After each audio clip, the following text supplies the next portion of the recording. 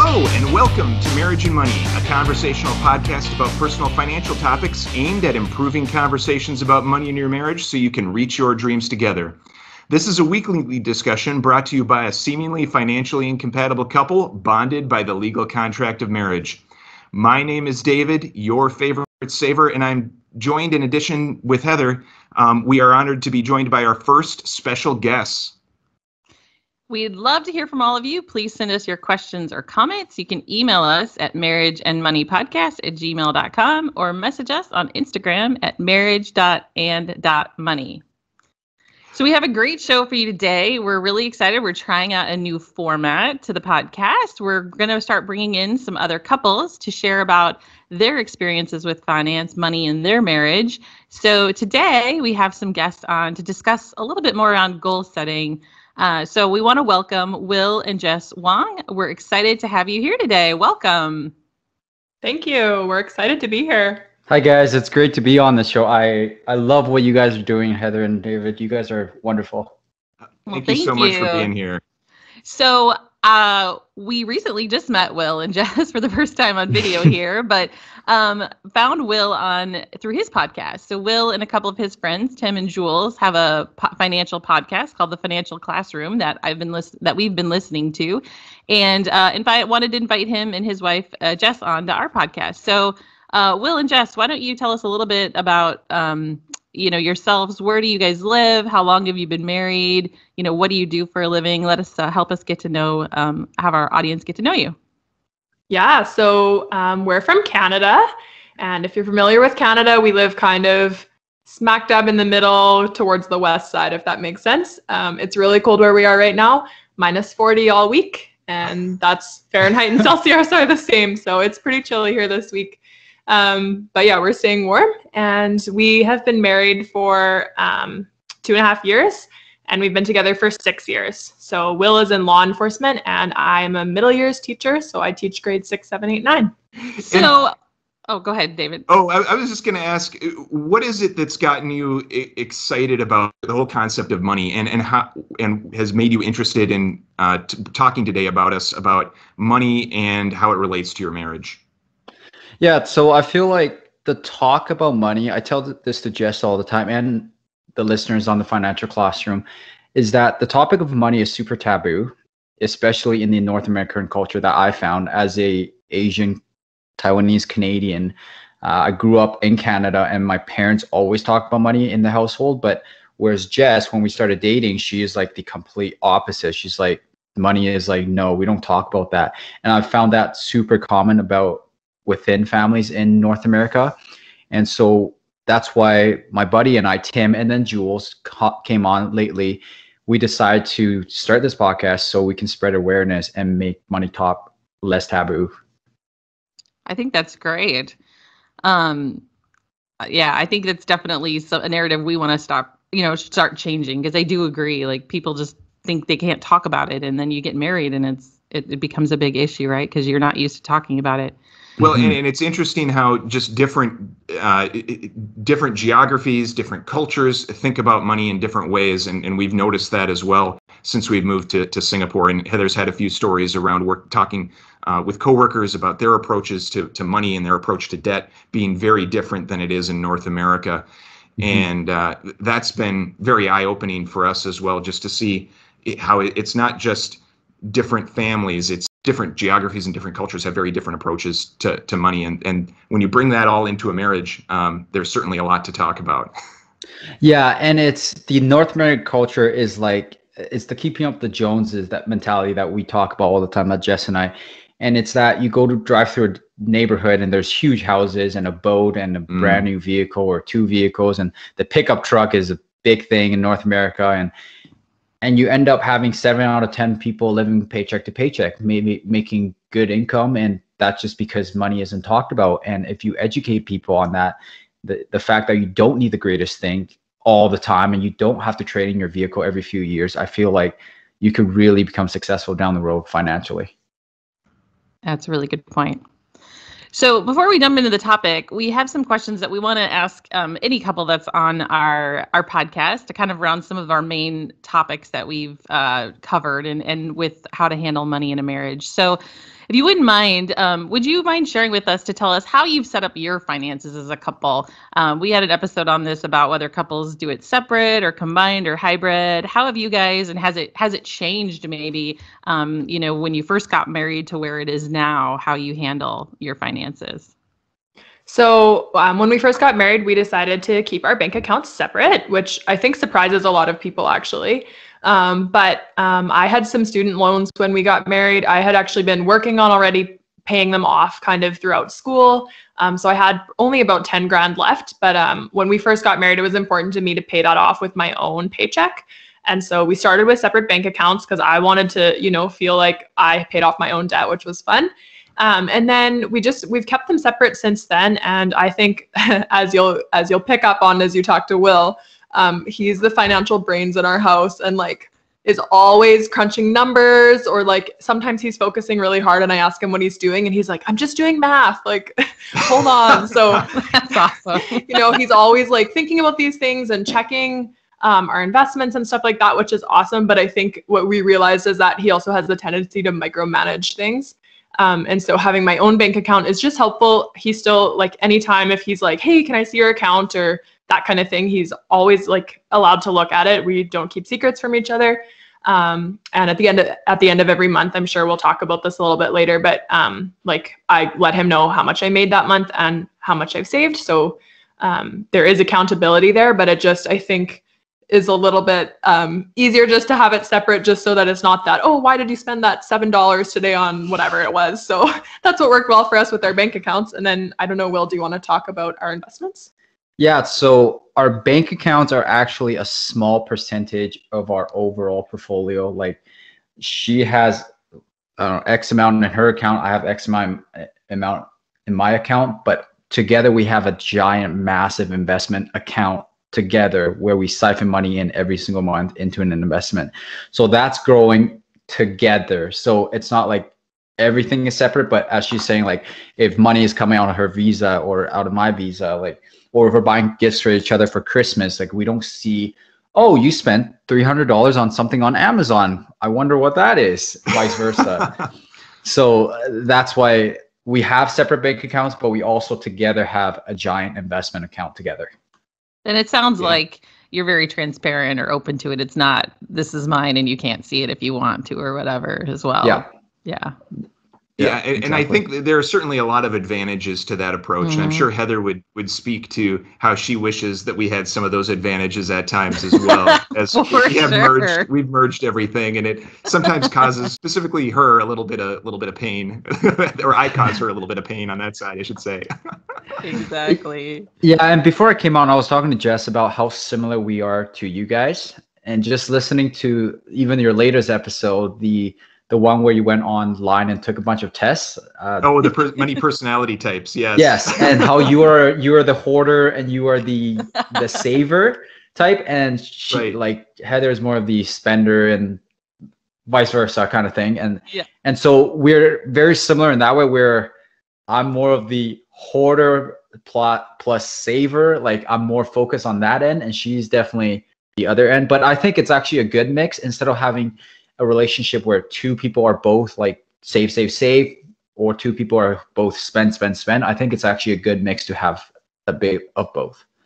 I think that's a really good point, that having some balance so that you can push each other a little bit in a healthy way helps, so that you don't get too comfortable or too tied up in saving or too tied up in spending to the point where it impacts you negatively.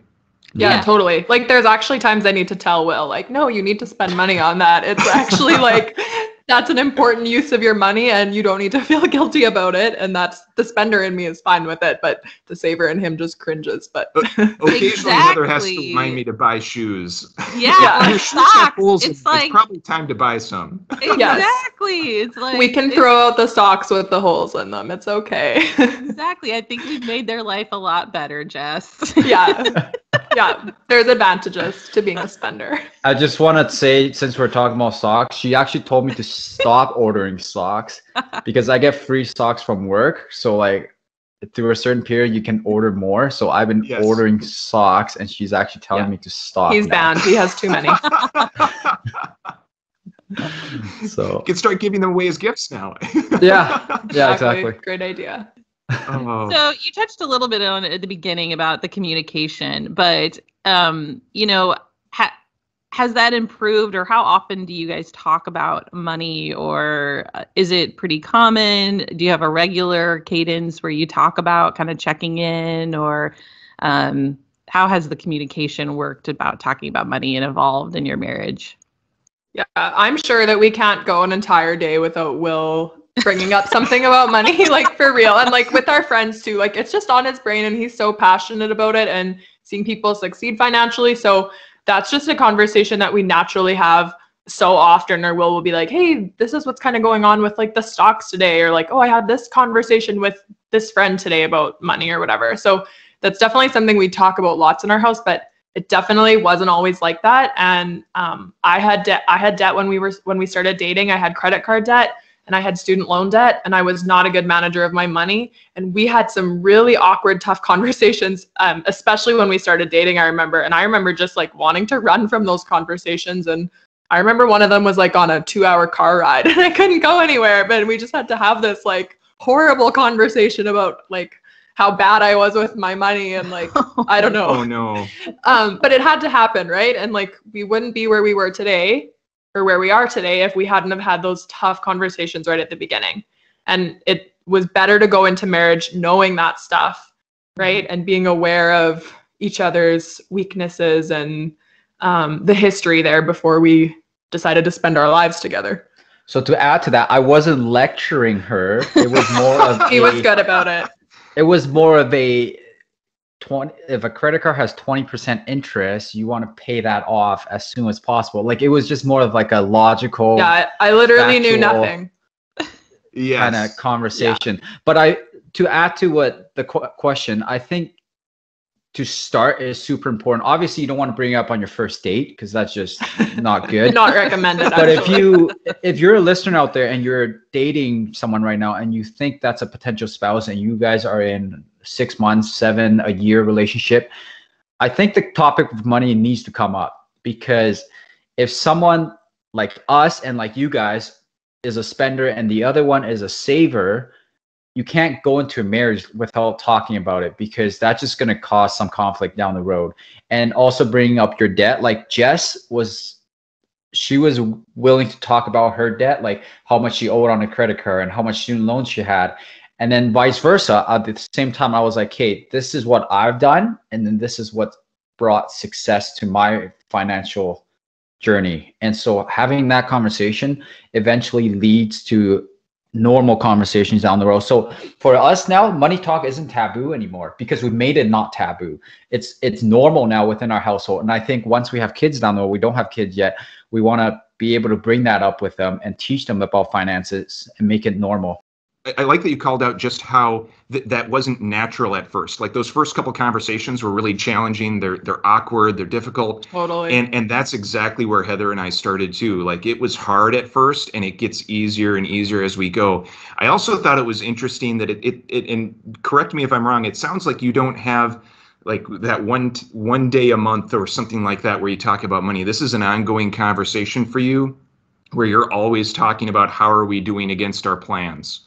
And so it's this rolling cycle. Like Heather and I will have what we call our budget committee, where we have a day a month where we designate, okay, this is the day we're talking about how we manage our month or how we managed our budget over the month and what our plan is for the next month. And it sounds like you flow a lot more. It's maybe even more communication than what we do. Mm-hmm. Yeah, we do what you guys do, just 31 days in a month. Just every day. And I just wanted to add to that too and say, like, we did have some of those tough conversations when we were dating, and we've also had tough conversations like that since being married. Like, just because we've put it all out there doesn't mean that there aren't still months where Will's like, oh, you spent a lot of money this month, and I'm like, yeah, but please don't look. And he's like, well, can I look? And I'm like, oh, like it still happens, right? I still mess up, and Will's so gracious about it, but we still have to, still have those conversations, and we're not going to be perfect at it every time, and that's okay. Yeah, and we can totally relate to that. And honestly, I think we could learn from you guys, because a lot of times I think because I'm a little closer to the numbers and understand it, I kind of know what's happening during the month. But I don't necessarily communicate that to David. And so then we get to the end of the month and David's not always like looking at the account as much or tracking or knowing what I'm doing. And then it kind of blows up a little bit. So I think I could actually learn from you guys to be like, okay, when I know things are going off budget or whatever, that to let him know it's happening, but hey, don't worry about it because these things or how I'm thinking about it. So or sometimes I think we're doing a lot worse during the month than we actually are, and so then I'm like panicking about nothing. so it would be good maybe to reel me in a little bit there. Yeah. So let's switch a little bit now to kind of talk about some longer term and goal setting. We had a recent episode on goal setting, and Will, I know you and your podcast had one. It's this time of the year, starting the year. Everybody's thinking about, I mean, it's February now, but thinking about goals and what we're doing. So could you walk us through your process for setting goals in your marriage and, you know, financials or personal, you know, do you have a mix of short and long term?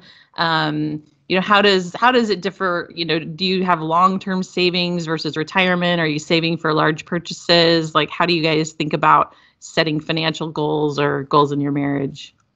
I think setting goals is super important. And I talked about this on my podcast and I'll stress it again on here, because by having goals, you are trying to go after something and it gives you a purpose to try and go after something. So I've always been very goal oriented. I became a cop at 22. I went to school, graduated after 3 years of post-secondary. And that's something that I knew what I wanted to do. And I had it in my head and I went after it. And then same thing with saving six figures. Like I have a segment, 6-figure millennial. I wanted to save 6 figures as early as possible. And by 24, I did that. And it was just having those goals and those numbers in your head and then really breaking it down, because sometimes people think about a goal, they're like a big goal. For example, even saving $100,000 is really daunting for some people. Well, for a lot of people, right? It's a lot of money. Yes.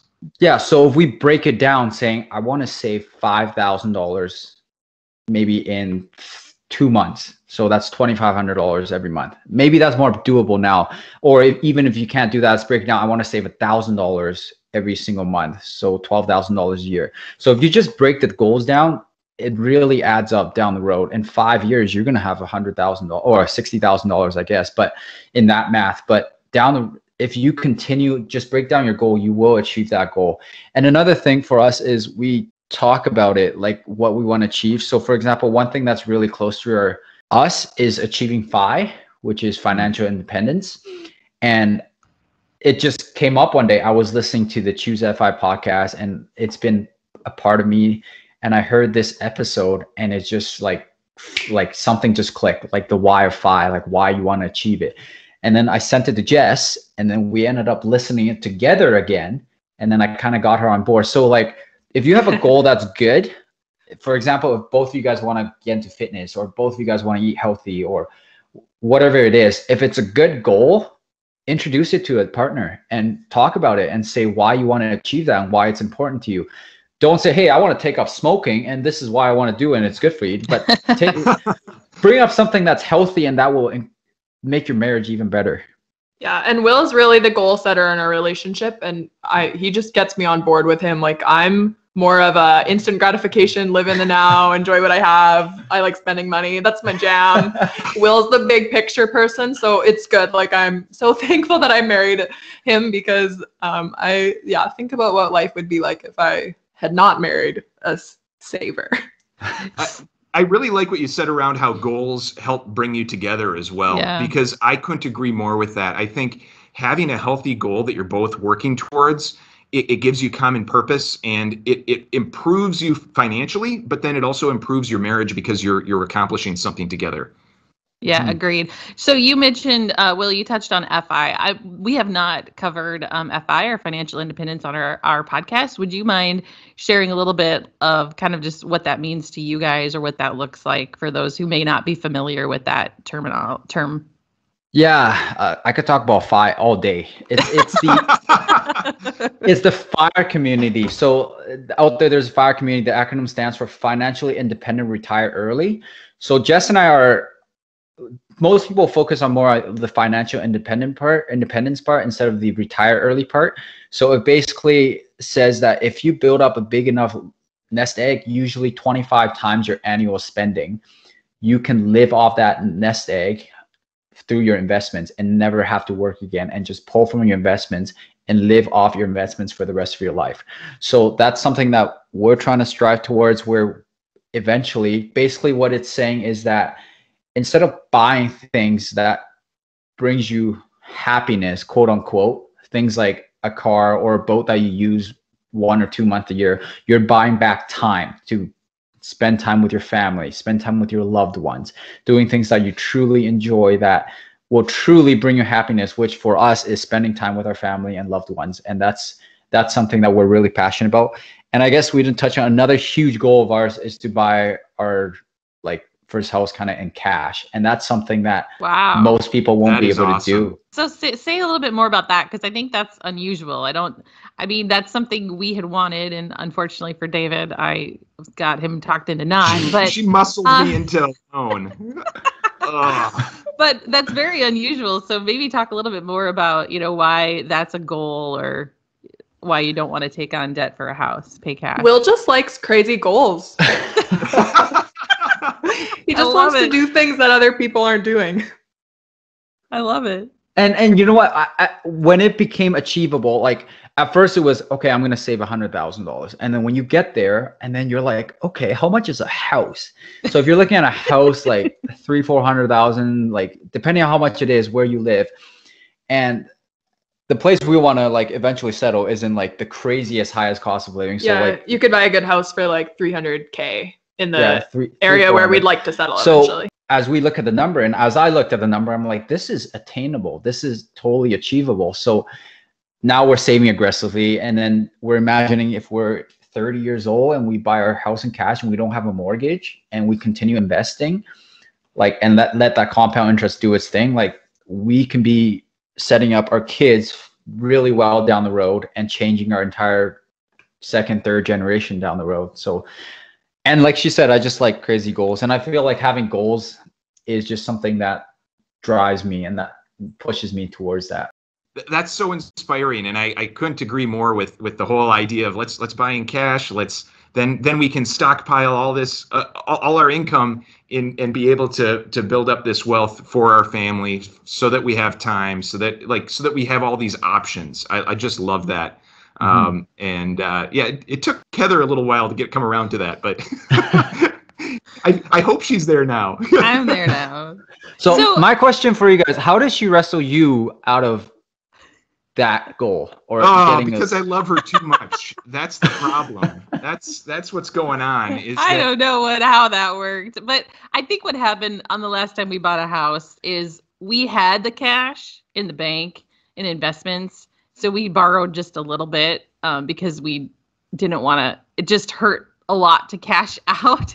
But I think that's what helped him make the decision was, okay, we're going to take out this small mortgage. We're going to knock it off. We knocked it off in less than 18 months. And, but we knew like, hey, if something happens, if someone loses their job, we can pay it off tomorrow. So that was, I think, David, I don't mean to answer for you. No, that was the logic that we used when we were going through it in all seriousness was, we could pay it off tomorrow if we really had to, but we still were planning to aggressively pay down the debt. And so when we did buy our latest home, we paid it off within 3 years.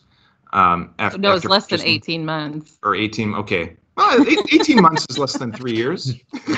You're not wrong. Okay, we paid it off as quickly as possible.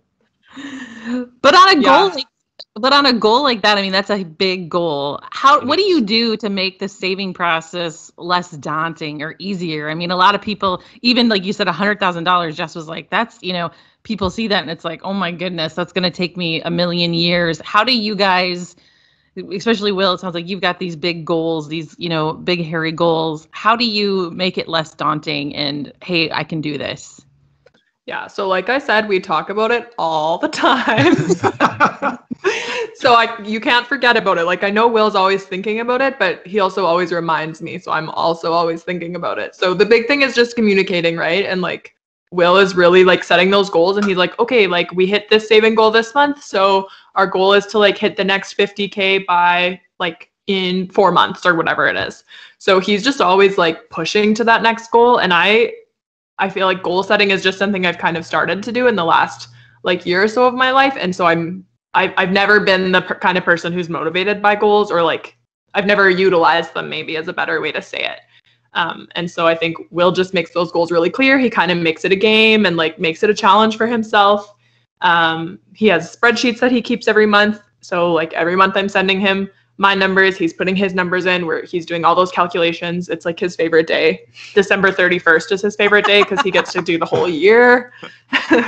True. And then just keeping the end goal in mind, right? Because it's so easy for me to be like, well, I want a nicer car now, or I want to like do this now. And he's like, well, our long-term goal is to be able to do this. And it's like, okay, right. If we like, that'll be so worth it when it comes, but focusing on that big picture instead of the instant gratification.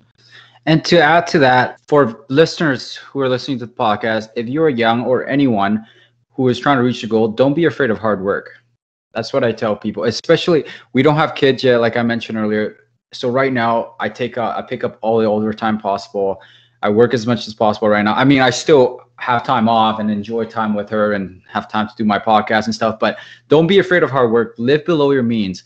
Like the question was, how do you save that much, and what do you do to get to that savings rate or et cetera? Like last year, we saved almost 70% of our income, I think. Wow, that's impressive. But to be able to be intentional about it. So I think I made an extra 35 or 40 grand of overtime last year, just from overtime. And it just being able to like work hard and sacrifice a little bit when you're young, before we have kids, and to budget. Really, to not overspend what you make, because I could easily go out and go buy a boat or go buy another truck or drive another vehicle. Like we have upgrade my car for me. This is a running joke between us two. We drive. There's a 2005 Taurus in our driveway right now, and it's got rust on it, and it's got a crack in the front. And I love the vehicle. We got it for $2,500 or $2,200, somewhere there, and we've been driving for 3 years now, and it still runs perfectly. It's a great vehicle. So it's ugly, but it's to be a sense of, there's a sense of pride about that too. When you have a vehicle like that, and you've sacrificed to be able to achieve your goals, and you look at that vehicle and you're like, hey, I have that vehicle so I can achieve my goals, and it's almost a reminder of your achievements too. Totally. Yeah. We also have a 2016 Ram 1500, but so it's not just like which Will wouldn't have bought if he went back and redid it. Yeah. But that's one of his financial mistakes. But my biggest thing for people is vehicles. I could go into that topic, obviously a whole nother topic, but vehicles, like, it just drains you. There's insurance, maintenance, and it just drops like a rock in value. So like we really don't care that much about vehicles anymore. So yeah, I don't think that I'm ever going to get to buy a new car. I won't allow it. I've given up that goal. There's just so much depreciation, spending all that money, and then it just gets chopped by a quarter, like instantly. That's hard. Can't do it. And if you could take that and invest it, it's a difference between hundreds of thousands of dollars. Exactly. Yeah. The compounding interest on it's a huge impact. This is a true story. Sorry, I'll just say this real quick. Please. We were at a stoplight one day, and we were driving our 2005 Ford Taurus with the cracks on the front and stuff.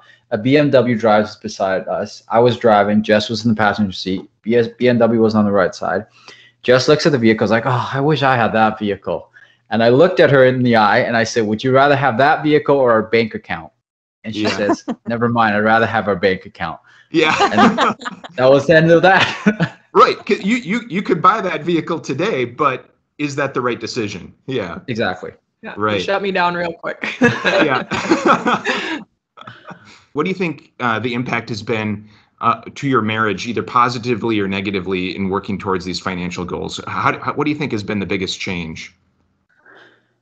I think the biggest change for us is being able to totally be on the same page, because in the past, like, especially because we haven't been married for a long time. So when we first got married, it's like you want to just live that regular life. You go to your job, you retire after X amount of years of working, and she's a teacher, so I'm a police officer, and you don't have a long-term goal or long-term thing you're striving towards. And the fact that we've been talking and the fact that we've been setting goals and dreaming about these goals has really changed our mindset, even 10 years down the road. Like, just being able to completely change our life that way. So since I discovered FI, it's like, wow, you don't have to work till you're 60 or till you're 70 or 65. And there's people out there who have to work because they have to. They can't afford not to. Not because they want to. And for us, it's like, well, when we're in our 40s or 50s, we should be traveling the world like all over, because we would have this giant nest egg. On top of that, I'll have a pension from my work, and she has a pension from her work. So it's like quadruple income it would just be awesome, like down the road. And it's obviously, you don't always want to live just for retirement, but that's just something, once you have a goal, it's so cool to be able to try and achieve that together. Yeah, I think too, one of the biggest causes of divorce is money issues, right? People are keeping secrets or not agreeing on how to do things. And so for us, just like putting that right out on the table, even before we were engaged, we had conversations about that, and continuing to have them. And sometimes you have to have those conversations and it's like, hey, I messed up, or like, I shouldn't have done this, I'm sorry, or like, you need to go return that thing you bought because that was a bad use of money. Like, things like that happen, but Will's gracious with me. He doesn't spend money, but he's gracious with me. We have those conversations, and I think that's huge for marriage. The more you are transparent and honest with each other about those things, like, the healthier your marriage is going to be. Yeah, and negatively, I don't think really there's any negative aspect of trying to achieve financial goal together. And with that being said, I think something that's been super important to us is also giving. And I don't think this gets talked about a lot in the FI community or things like that. So Jess has been the one that really has that influence over me. So she's obviously the spender, but the giving part has been big for her. Like, so now we have a separate account where we just put money in there for giving. And that's just something that we have now too. And when I count my net worth or we count our savings rate, we take that out and we don't include that in our total savings. I like the idea of segmenting that giving money apart, so that ensures that you're actually going to be giving the amount that you have budgeted to give that year, right? So that money is always there, and that's going out the door. And I think we have a very similar dynamic where Heather's the one that oftentimes reminds me, oh yeah, we need to do this giving this month, or we need to give a little bit more at the end of the year in order to achieve our giving goals for this year. And so I could see how we could benefit maybe even from having that separate giving account, just to make sure that we're hitting those numbers better. Yeah, and we really like that setup because every month, like, I transfer 10% of my paycheck every month to my account. And I'm not sure what Will's numbers are exactly on that, but he transfers some in every month too. And then we don't necessarily touch it every month, right? But then, an opportunity comes up to bless someone, and, oh, hey, we have like this X amount of money in here, like, let's give that. That's literally sitting there for that. And so then it's so much fun to use it because it's literally money that we're not allowed to touch, right? So right. Yeah, great idea. That is awesome. So you've kind of touched on this a little bit, but just one last question for you guys would be, what advice would you have for a couple that can't fathom how, what you're doing is even possible? So I know you've shared a little bit, but kind of what would be the advice you would give a couple? Well, as a natural spender and someone who had not a lot of debt, but debt before we got married, if I can do this, anyone can do it. But really the biggest thing for me is accountability, because I know that if I wasn't married to Will, I wouldn't, we have credit cards, but Will's the kind of guy who pays his credit card off every couple days, and he makes sure that I pay mine off every couple days too, right? So I'm not overspending on my credit card. I'm not ending up in debt on it. If I lived alone, wasn't married, I would not be allowed to have a credit card, and I know that about myself. So the accountability piece, I think, is huge. I know that every month Will's going to say, okay, hey, how much did you make at work this month? How much did you save this month? And if those numbers aren't adding up, I know that he's going to be asking questions about it. And if he wasn't, I'm sure that I would spend most of my paycheck every month, because that's just my natural tendency kind of. So if you're married, then hopefully your spouse is on board and can keep you accountable. But if you're single or if your spouse isn't on board, then have another friend that you can check in with every month, because that accountability piece is literally what keeps me from not making stupid money decisions. Yeah. And I think also it's the mindset that has to change. You could lead a horse to the river, but you can't force it to drink, or some sort of saying like that. It's really that mindset that has to change, because if you don't want to change, I've tried to help certain friends. Like there's friends that are really, really receptive and they completely do a 180, but there's other people who do not want to change. So if you're out there and you look at this giant goal that we have as impossible financially, you have to want to change yourself first. And then once you do, then start looking at all the things that you can cut out. So I've had friends where they look at their subscription, all of a sudden they have Crave TV, they have Netflix, they have Disney Plus, they have Amazon Prime, all these things, and they half the time they don't use them. So cancel those monthly subscription that you don't use, print out your credit card statements and highlight all the groceries for what a month, highlight all the entertainment for a month, highlight all your shopping in a different color every single time, and then break it down. You're spending $800 eating out, that needs to change. You're spending X amount of money on your vehicles, that needs to change. So it's just the little things that need to add up. But first of all, is your mindset that needs to change. And on top of that, like Jess said, listen to podcasts all the time. Like me, I before on the show, we talked about, I listen to podcasts all the time. Surround yourself with like-minded people and listen to this show. You guys are doing a wonderful job. And if you want a great marriage and a good podcast to listen to and financially, and just continue listening to this podcast. Oh, I love that endorsement. Yeah. Oh, thank you so much. Thank you so much. Oh, I was just going to say, it's so huge. Like even on Facebook, there's groups like Dave Ramsey, someone that Will and I have listened to frequently, and now this Choose FI podcast. And like there's Facebook communities where people are posting things and like, you know, getting encouragement from each other. So even if you feel like you're alone, like you feel like your friends or your family aren't really supportive, like find an online community that will support you, and that will encourage you and kind of spur you on to even to set goals. Maybe it's not even to reach goals, maybe it's to set them in the first place. Yeah, that's great advice. Well, thank you guys so much. It's been so awesome getting to meet you and hearing from you and here sharing. Thanks for being willing to open and talk about it, not just with each other, but with with this community as well. You bet. Will, why don't you share a little bit about where people can find your podcast and your social media? Yeah, you bet. So I am one of the hosts for the Financial Classroom. We're on Facebook. Email us at financialclassroom@gmail.com. If you have questions for us, you could check us out on Instagram at Financial Classroom, as well as any podcast platform. Whatever you're listening to with this podcast right now, you could just Google the Financial Classroom and you'll find my podcast. We also have our numbers.